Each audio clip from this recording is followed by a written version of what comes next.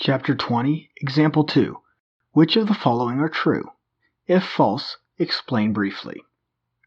A. A very high p-value is strong evidence that the null hypothesis is false. Well, this is false. We can only reject the null hypothesis, which means say that it's false, when the p-value is low. If the p-value is high, there's no way we can reject the null hypothesis. There's not enough evidence to support our alternative view.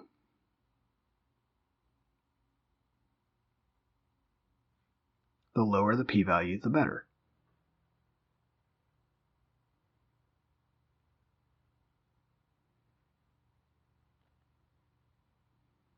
B.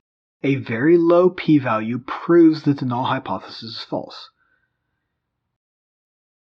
A low p-value suggests that the null hypothesis is false. But we will never know this for sure. It does not prove anything. In fact, it's a really good idea, especially in statistics, to look for words like always or proves. Never. Those are keywords that your answer will be false.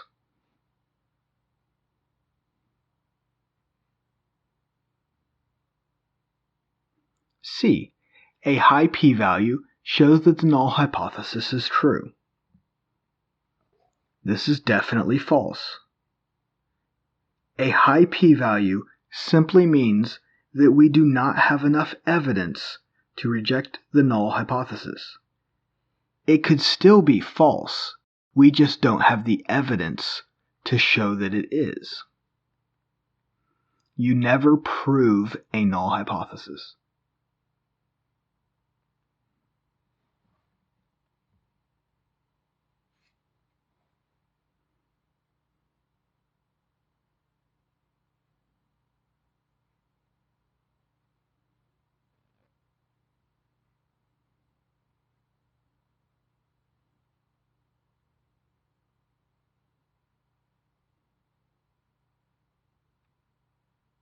And D.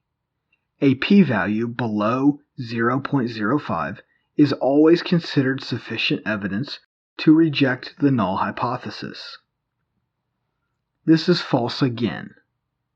The alpha level, that guideline we have for rejecting the null hypothesis, can change depending on our needs and context.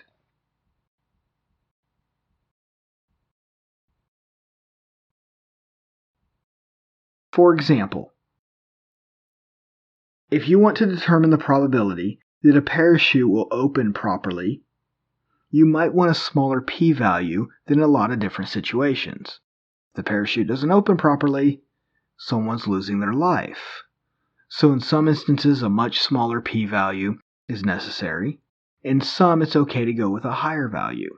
It all depends on the situation and a lot of different variables.